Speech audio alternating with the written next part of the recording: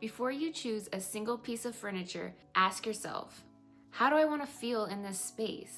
Design shouldn't begin with the decor. It starts with the emotion that you want to feel when you walk in the room. I'm super excited because this video is an invitation to step back from the technical aspects of picking paint colors that we talked about in the last 3 videos with the LRV and tones and undertones and all of those things. In this video, we're gonna get a little bit more personal. The color of your room is truly gonna create the mood of your room. Do you want it to feel light and breezy, cozy, grounded, sophisticated, and serene? There's so many different emotions that you wanna feel in different spaces, so it doesn't have to be the tone for your entire home. It could just be per room, but it's really important to start thinking about what does this room need to feel like in order to function the best for me. So one thing you could think of is airy and open. You're gonna have soft whites, cool neutral tones, pale blues. If you're thinking maybe you want more moody and sophisticated, you're gonna go with deep charcoals, rich greens, earthy browns, or maybe you want something playful and energizing. Is it a den, a family room, a kid's room?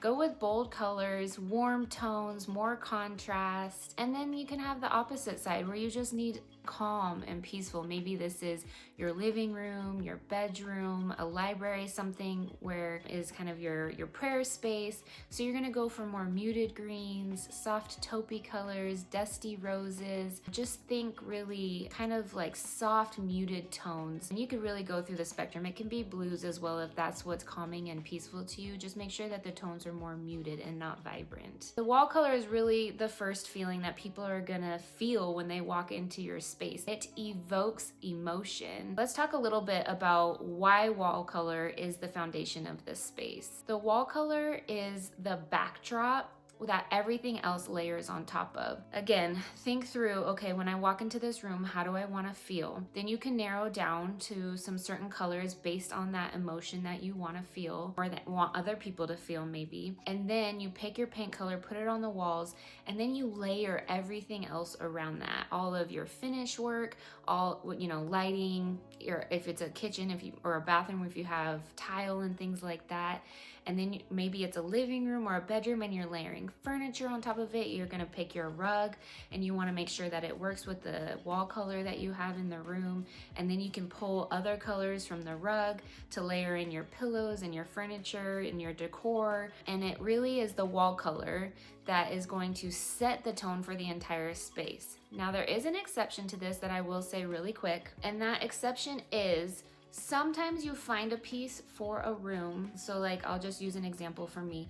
I had a family home that it was actually one of my very first projects, and I was decorating the living room and the dining room for this family. The light fixtures, I did 2 pendants over their dining table, and it was the first thing that I found for this space. And I was just obsessed with these pendants, and I knew that this is what I was gonna design the rest of the space around. They were like a wicker bell shaped, just beautiful natural textures. This family called their style coastalonial, which is like coastal and colonial combined, which was really fun. So we had lots of rich wood tones mixed with some of those like blues and breezy feel. So I felt like this was just perfect with that natural wood tone, but also the texture of the weave, and it just felt a little more breezy like you would find in a coastal home. So that was my basis for the design, and then the color came around that. It's okay to do that, but that will also be what drives your wall color, right? And picking the right wall color to mix with that, to match with that, it can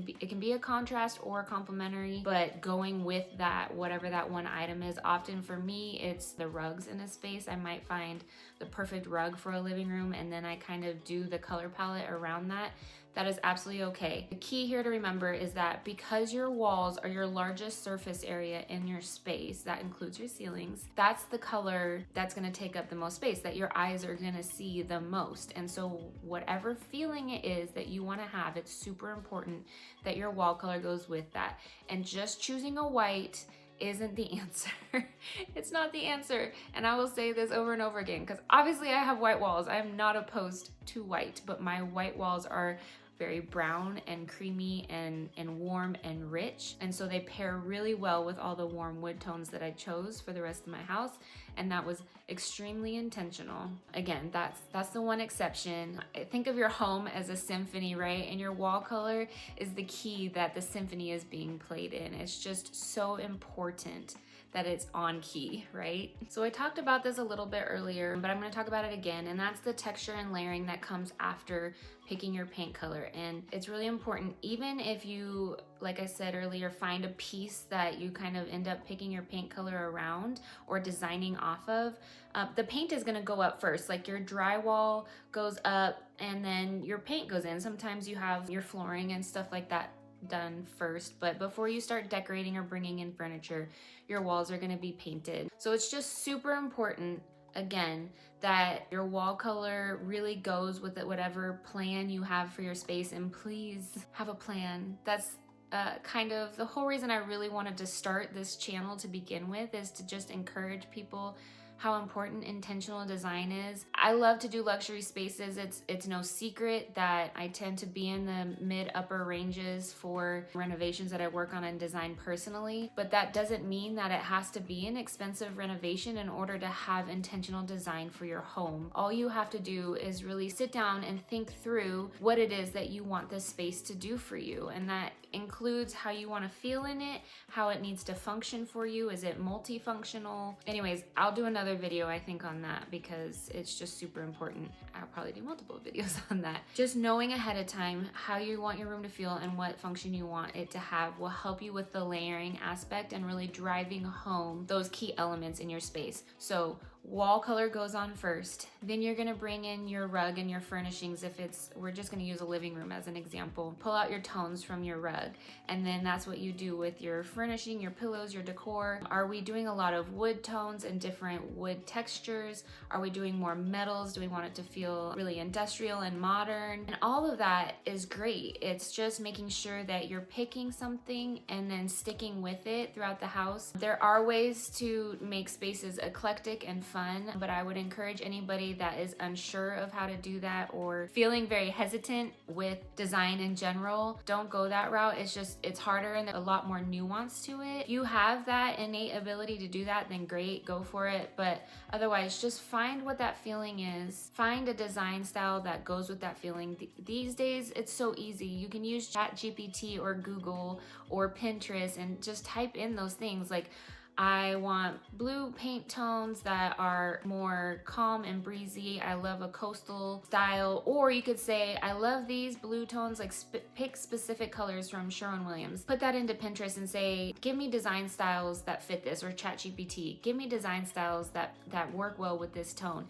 And then look through those and really decide what resonates with you and what is hitting home with the feeling that you're wanting. And then again, find that paint color, find your rug or whatever key element is needed for that room, and then pull textures and tones out of that to layer just for a perfectly peaceful or energizing or elegant room, whatever it is that you want, and choose the paint that goes with that. So I just want to remind you that wall color is one of the most simple and powerful ways that you can change the entire feel of your room. And if you want help choosing paint colors or support in how to make your home feel a certain way, I would love for you to check out my paint guide. I'm going to link it below. It's packed with different palettes and support for how to figure out what to pick. It has both the technical stuff and just the feeling and the mood and the undertones of the room that you may be looking for. And if that is not custom enough for you, please find the link in my bio to work with me personally, and I would be so happy to help you.